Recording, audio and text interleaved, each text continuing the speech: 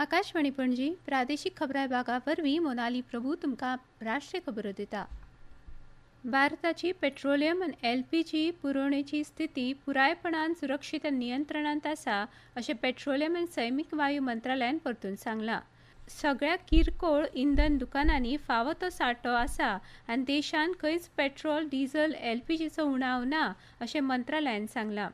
भारताक आज संवसारभरांतल्या आपल्या 41 मायज पुरवणदारां कडल्यान कच्चें तेल मेळटा। दरेक भारतीय रिफायनरी 100% परस चड क्षमतेन चलता अशें मंत्रालयान सांगलां।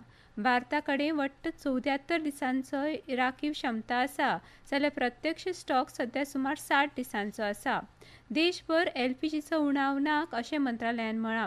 देशांतर्गत रिफायनरी उत्पादन 40% वाडयलां आनी एलपीजीचें दिसपट्टें उत्पादन 50,000 मेट्रीक टन जालां, जें देशाच्या गरजेच्या 60% मायज आसा। साठेबाजी आनी काळो बाजार आडावपाच्या उद्देशान राज्य सरकारां कडेन सल्लामसलत करून वेवसायीक सिलिंडरांच्या वांटपान 50% वाड केल्या।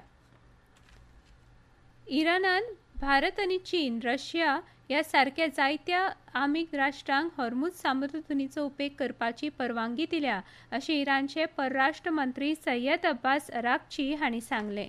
इराणान हो म्हत्वाचो उदका मार्ग आडायल्या उपरांत संवसारीक पावंड्यार तेलाचे आनी सैमीक वायूचे दर वाडल्यात। संवसारांतल्या सुमार 20% कच्चे तेल आनी एलएनजीची वाहतूक ह्या मार्गांतल्यान जाता। इराणाच्या विरोधकां कडेन संबंदीत आशिल्ल्या जहाजांक ह्या म्हत्वाच्या उदका मार्गांतल्यान वचपाक मेळचें ना अशें इराणाच्या परराष्ट्र मंत्र्यांनी स्पश्ट केलें। हो वाठार एक गैर क्षेत्र आनी आमच्या दुस्मानाच्या आनी तांच्या सहयोगी देशांच्या जहाजांक तातूंतल्यान वचपाक दिवपाचें कसलेंच कारण ना अशें तांणी स्पश्ट केलें, मात हेर देशांक तो उक्तो आसा। अस्तंत आशियांत चालू आशिल्ल्या संघर्शा मदीं एलपीजी शिपमेंट आयिल्ल्यान लोकांक दिलासो मेळ्ळा।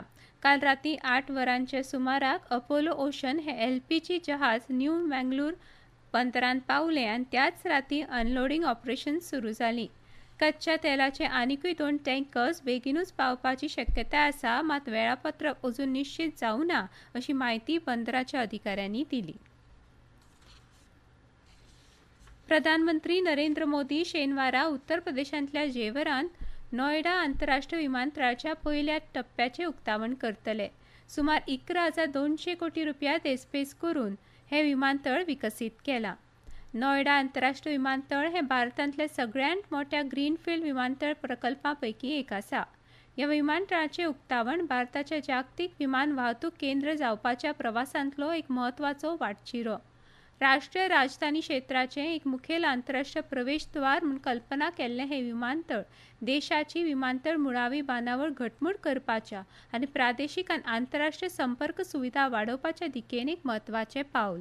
दिल्ली एनसीआर वाठारा खातीर इंदिरा गांधी आंतरराष्ट्रीय विमानतळाक पूरक अशें दुसरें आंतरराष्ट्रीय विमानतळ म्हूण नोयडा आंतरराष्ट्रीय विमानतळ विकसीत केलां।